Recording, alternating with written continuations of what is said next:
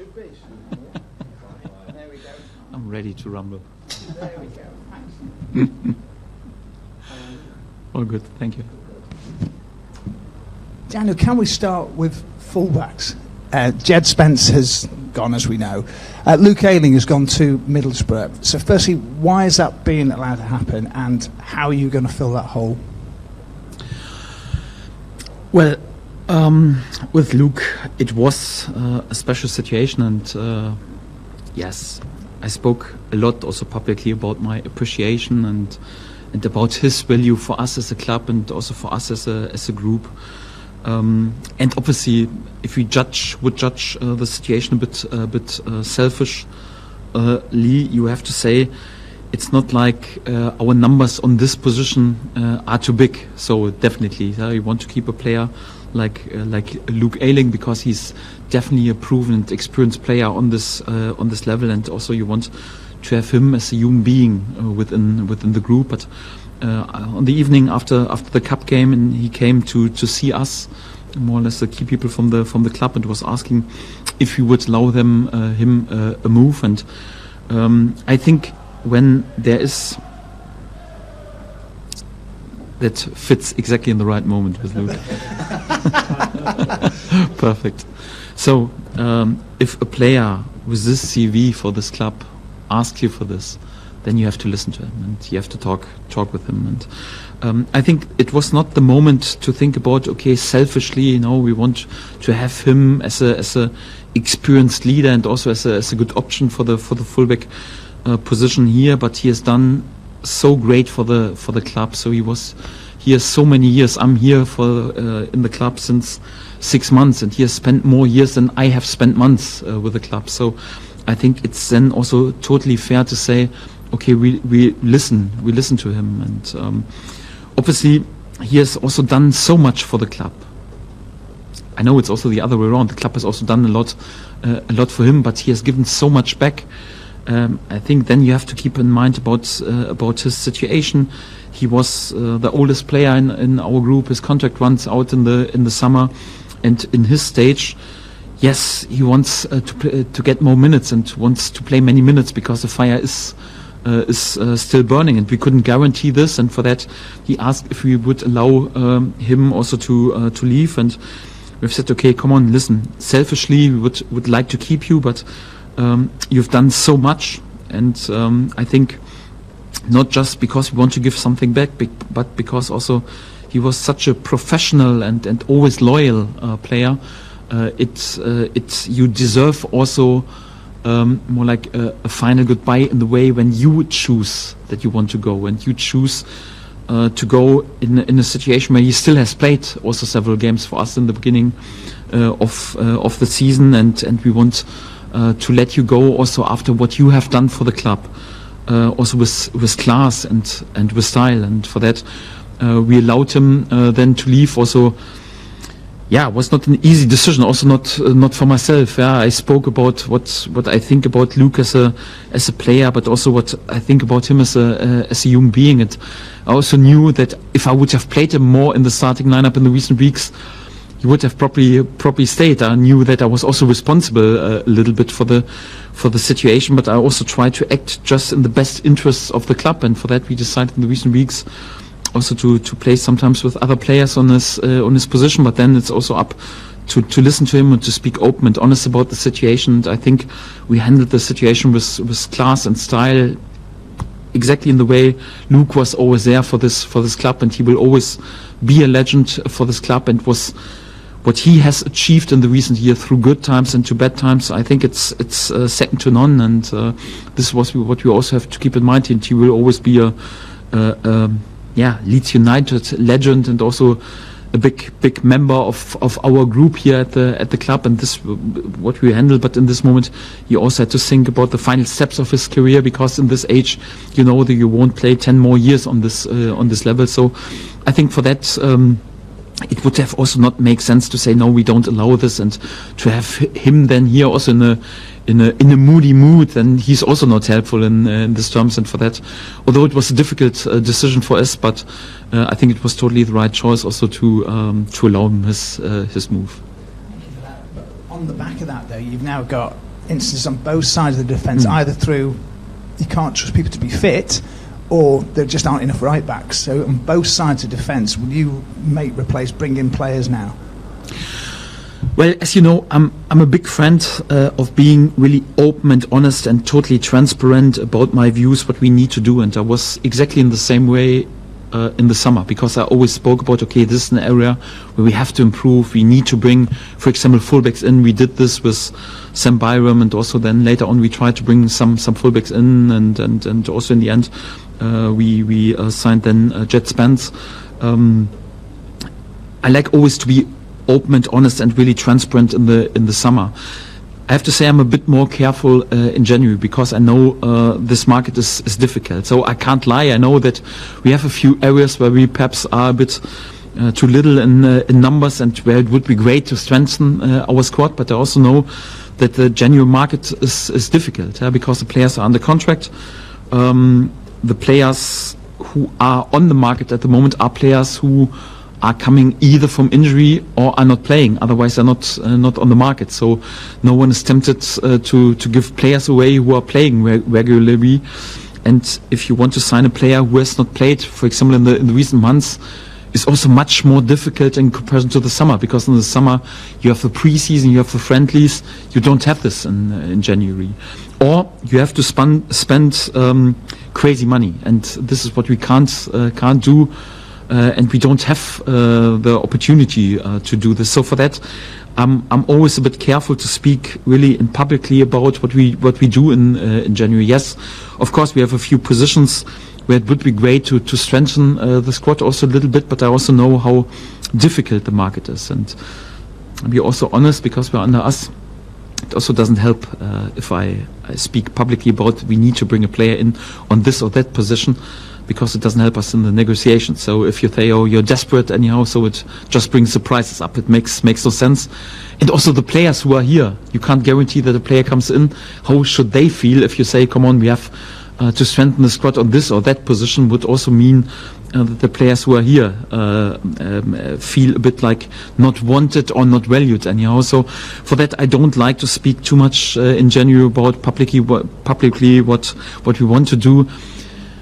If there is business done, we will speak about this. We are also fully aware, and I mentioned it also a few times, so we won't fall asleep during January. We know that it would be great to strengthen the squad on a few positions, but I don't want to point out exactly this is the position and that is the position.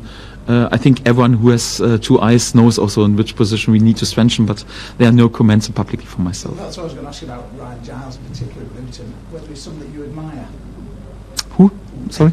Ryan Giles at Luton.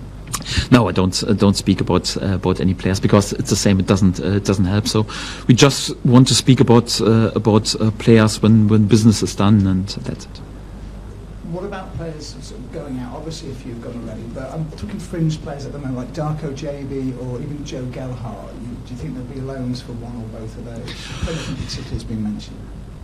No, Darko was in the last weeks part of the under-21 and has trained with them, and we also got the feeling it's perhaps a good choice for him to have a loan deal, because he has to grow up also with maturity on a good senior level. I think that's quite important. We are working behind the scenes on a deal for him. It's not done yet, but I would say carefully optimistic that we find also a good loan deal for him.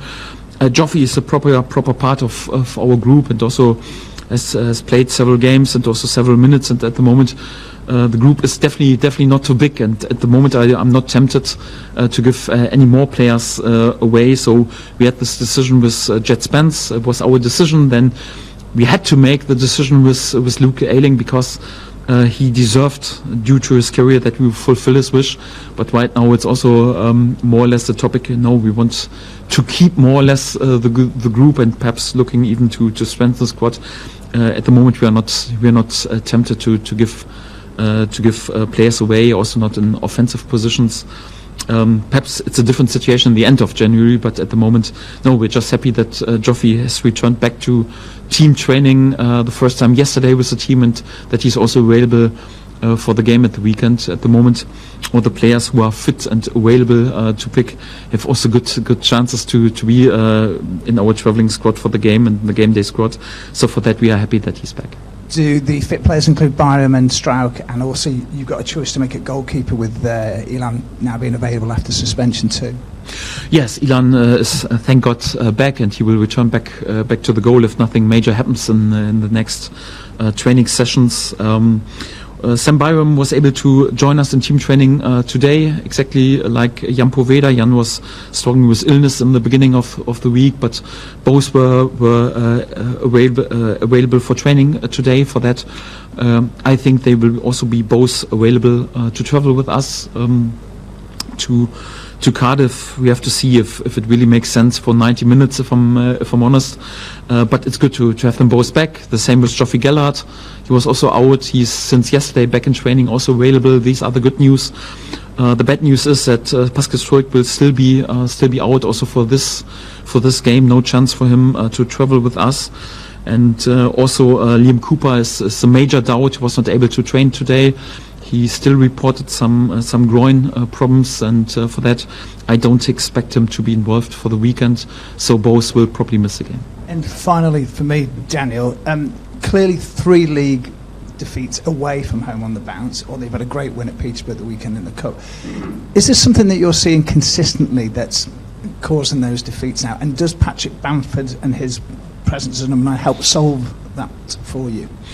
Yes, first of all, we are not happy with the outcome in the last league away games, and want to make sure that we perform on the level like we did also in the cup game away at Peterborough. I think it was a pretty mature performance, and I think in the last away games it was always also a bit unlucky. Yeah? Normally at West Brom you get 2 penalties in your favour, perhaps even a red card against Willie. At Preston, we played 45 minutes, an unallowed, unnecessary red card, and they scored the winner in the 90th minute into the top corner. So sometimes it's also pretty unlucky, but I want us to show resilience, also a bit more resilience when there are perhaps a few decisions against us in away games, and this is, I think, what we have to improve, because we have shown already during the season that we can be there with top performances away and also top results, and we want to return back to this behavior. And obviously, experience always helps. So we know that we have one of the youngest squads in the whole league right now. After Luke Ayling has left, even a bit more, and for that, it's good to have an experienced player like Patrick Bamford reaching more or less like his rhythm and is close to be back at his best. So it's definitely good to have an experienced player like Patrick back, and we also need this experience because we have many exciting young players and lots of potential. But if you want to be successful in this group, you also need leaders in the dressing room and also maturity and experience. And for that, it's definitely good to have Patrick back, especially keeping in mind that probably Liam will also miss out for this game. So yes, it's good to have him back. Thank you. Is it even harder in this market to get experience? Like, is this more a market for youth because experienced players will probably be involved with their teams? Yes, it's more difficult. Sometimes some young players are allowed to go out on loan, for example, but also got the feeling so it doesn't make sense just to bring numbers in, or a young player who has not played in the last 6 months. So it must make sense. So if we do a deal, then it's definitely not out of panic. Then we go with our squad and are even a bit tighter together, and we have to repair perhaps some things with unity and togetherness. And as long as we find 11 players who are willing to represent this shirt, we have always a chance wherever we go. And this is also how we approach this window. So obviously we're working a lot behind the scenes, and our key people are doing a fantastic job, but it's difficult to bring really quality and also experienced players in. And for that, yes, we have to be a bit more patient, but I'm also carefully optimistic that in the end, hopefully we'll also find some good solutions. The dressing room will probably be a bit quieter without Luke Ayling. So are you looking to young players to speak up a bit more now in his absence? Sometimes I get the feeling our young players are joking and speaking even a bit too much. So sometimes I also feel I'm a bit older. Meanwhile, I'm pretty close to have a headache when I always have to listen to the voice of Jorginho Rutter and Chris Summerville and Willy Gnonto anyhow. So sometimes I have to calm them down. But I know what you mean. So in terms of really proper and sensible team talk, it's also important to have this experience. So it's in this moment even a bit more up to my leadership to make sure that everyone is really on it in the games and in each and every training, and also some of our younger players have to step up a bit. We have young players with leadership pedigree and captain pedigree in our group. We had already Pascal Sturck and also recently Ethan Ampadu even wearing the captain armband. It's important in this moment that they even step up.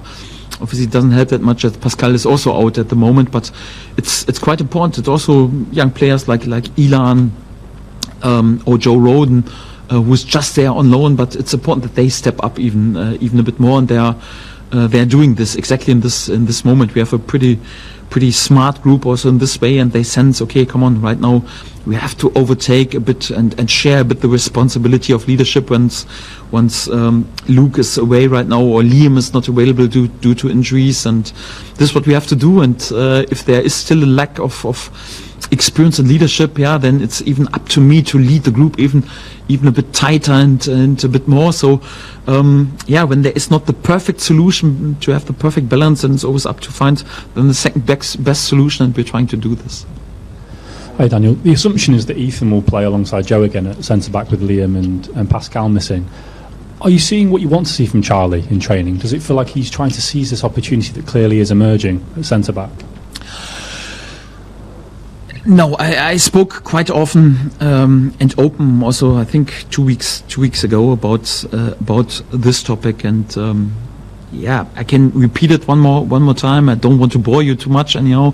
I have nothing new to add, but I've got a really good and open and honest relationship with Charlie. And the situation is, in the summer, I knew I came in, and in recent years, all the coaches have decided, although 5 or 6 centre-backs were allowed to be in our squad, to send him out on loan, that he was not one of these 5 or 6 centre-backs. And one of my first decisions was, no, we don't send him out on loan.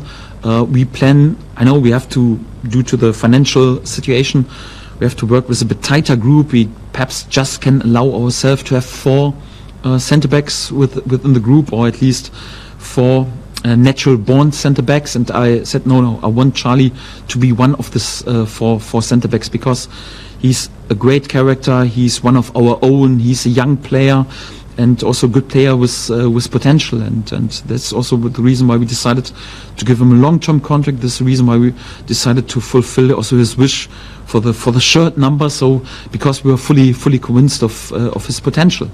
But then it's also up to make decisions who plays or not, and my decision was then that I played a lot with Joe Roden and Pascal Sturck on his position, more or less in the starting lineup. And if, for example, also in the recent weeks, Pascal Sturck was not available, also Liam Cooper, because he's our club captain, he's experienced. We spoke about that we need also experienced players in leadership roles, left-footed, and Liam has also repaid my trust whenever I needed him. So it ended up a bit with Charlie being our number 4 centre-back, and it's totally honest and open to speak. I was totally happy with this, because for me to have an exciting young centre-back in this position, and also to have the chance to improve and to step by step also to bring himself into the starting lineup, for me it's a perfect scenario. It was just that you could sense that Charlie was not overly happy with this situation, and once I got this feeling, so sometimes he was traveling with us and felt a bit like he's not really switched on and focused. We spoke then quite open and honest about it, and I want my players to be honest, and we spoke about this situation. He said, listen boss, I totally appreciate everything and all the trust, and but it's, for me it's difficult because I'm not happy to be just centre-back number 4. I want to be in the top 2, and I rate myself as a starter here for Leeds United. And yes, could be that he's right and I'm wrong, and that I choose Joe Roden and Pascal Sturck. So there is no guarantee that I'm always right, but I'm in the chair, and I have to make the decisions. And I decided to play Joe Rodon, for example, in this position ahead of him. And he was then quite open. He said, no, it's not that much for me. I want to play in the top 2 roles. And I said, listen, it makes no sense if you're not fully committed and not fully convinced. Sometimes he was in the traveling squad, and you could sense, anyhow, he's then professional, never a problem with him, but it's not like he's fully committed and fully aware. Come on, I'm greedy to get my chance. It was more like, what am I doing here? I want to start. And I totally also see why, because he was great on youth level. He's a player with potential, and he knows us. He has played fantastically for Millwall, because he was one of their best performing players in the defense for Millwall. So he has proven already that he can be a really good championship defender. But I have to make the decisions here for Leeds United, and that's just the topic.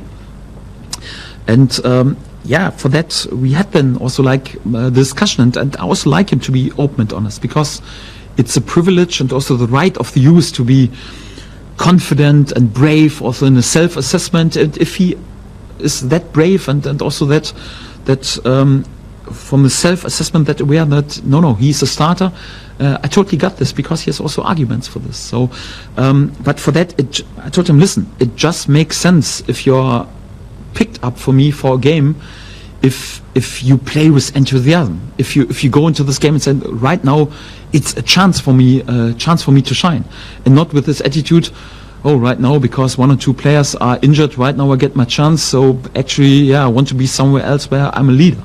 And the ball is in his court. We spoke about them. I said, listen, we use this January right now. Either you find a solution that you want to play for a different club, or you come to me and tell me at one point, no, I'm happy to be number 4, totally committed, and I know that I have to wait for my chance and I have to work for it each and every day in training, and when there is a chance I'm excited and play with enthusiasm in order to make the next step, then to grab perhaps a centre back number 3 spot, and then perhaps to be in the starting lineup.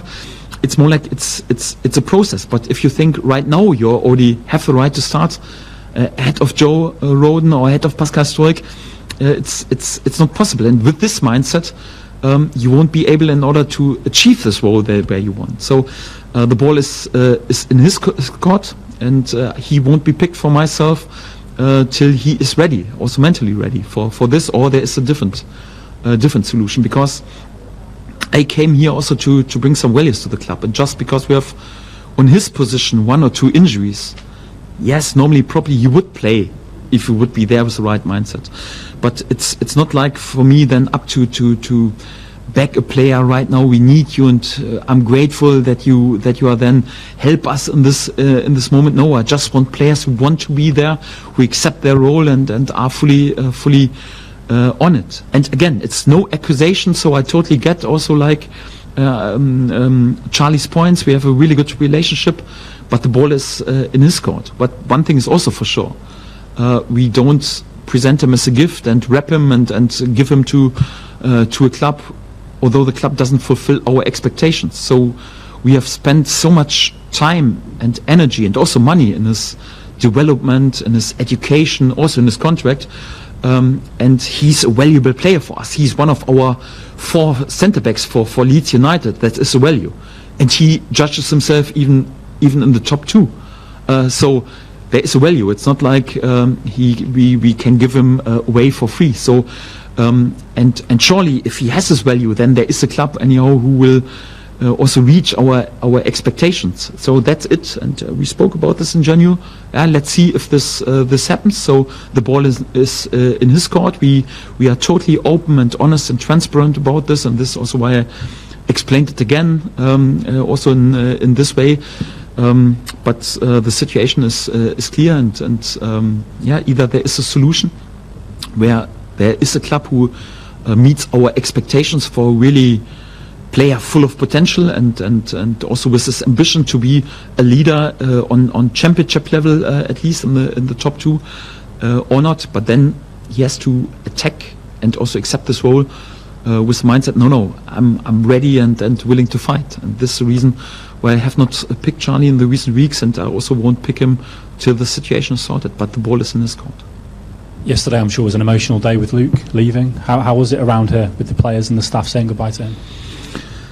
As you can imagine, difficult if such a legend goes, and not just a legend in terms of football. Yeah, he's played nearly 300 games for us and was exceptional with crazy goals and crazy expectations. And also, what a human being he is. It's difficult. Also, like when you are allowed and have the privilege to work with such a guy each and every day, and I saw him more than my family in the recent months, because you spend so much time together over the days on the away travels when you are 24 hours today, and you have such a great relationship.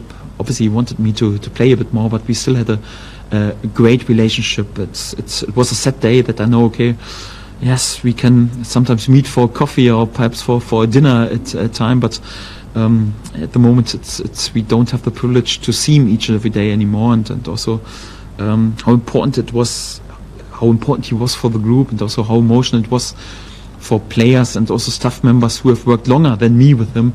You can imagine it was, yes, a pretty emotional day, not a sad day, because it was his wish and his will, and we also were happy that we could fulfill him his wish, and that he goes and has more like his final chapter of his Leeds United career on a up where he decided it, and everyone says, oh, it's a bit too early. It's much better than someone says, no, he should have finished his career 1 or 2 years ago. So I think it's more or less the perfect timing for him, and that for that, yes, it was emotional, but we also got the feeling, so we are happy that we can present him such a emotional and also top goodbye in a really good position, and for that it was definitely also a good day in a way anyhow. Do you think as time goes on you're going to need more players, I guess, of that age and that ilk in your dressing room as you get further down the line of having a bit more experience than you do at the moment?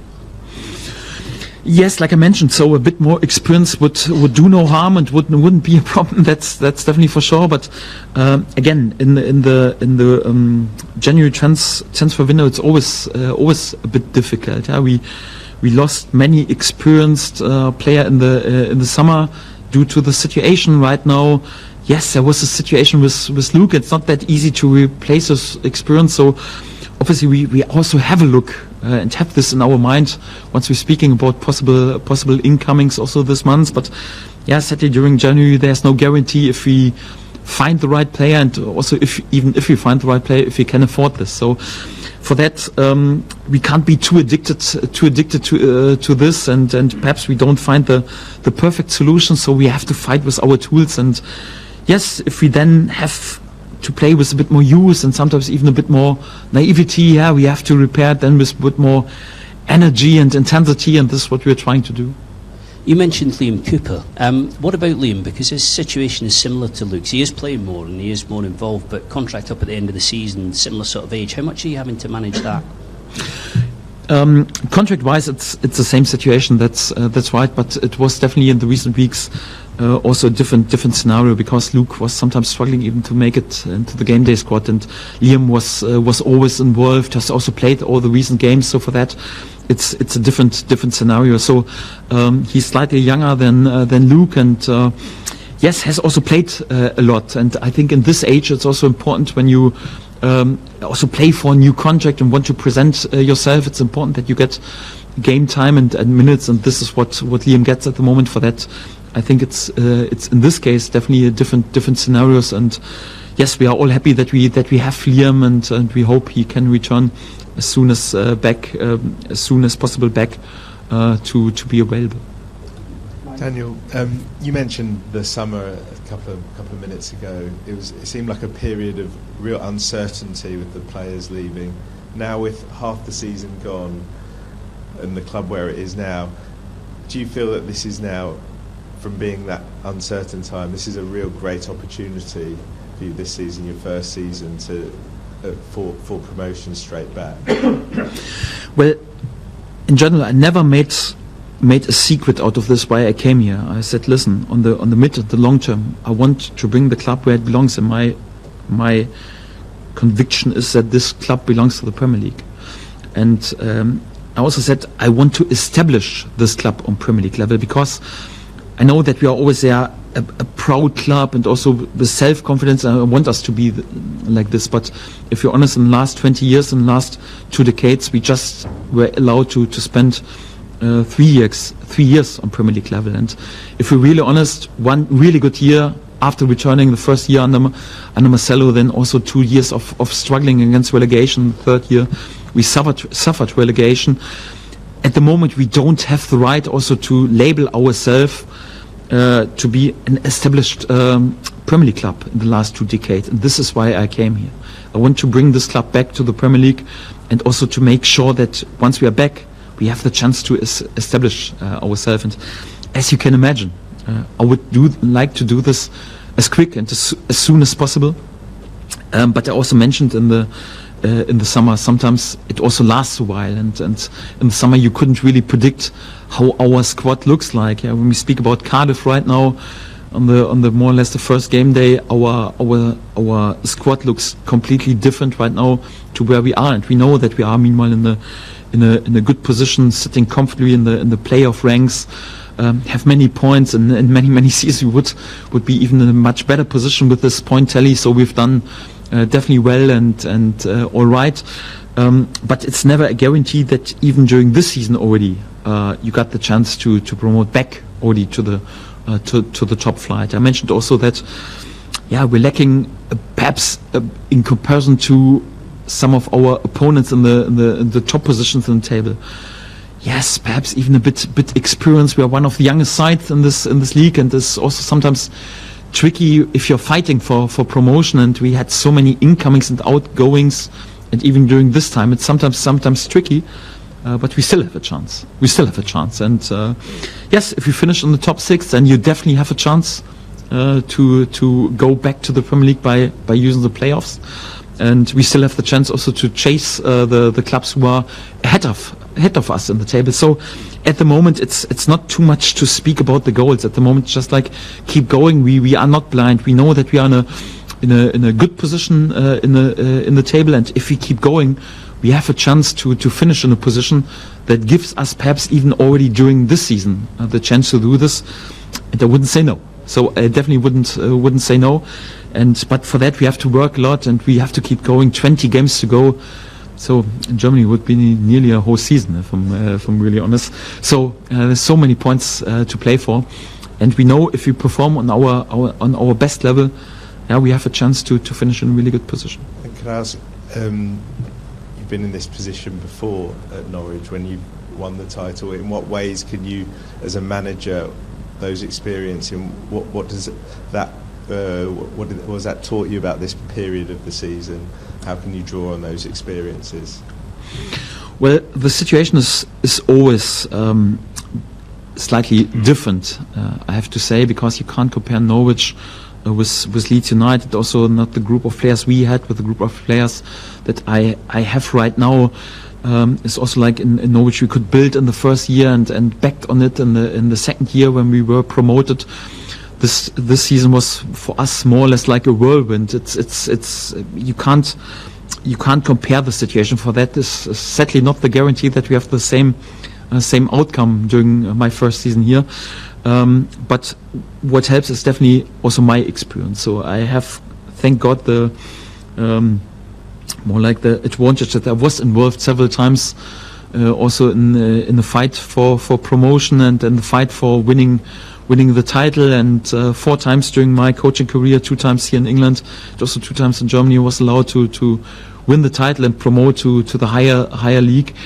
And this experience always helps, because you know what it makes with the group if you're then really up there in the end of the season, what processes there are, what dangers are there, and what you need in terms of mentality and also in terms of mindset if you head then into the crunch time period where the head is also working. So this experience, what you need to do in order to bring a good position over the line, when you have this experience, it always helps. Be honest, so my first title run, it was in Germany in the 4th tier.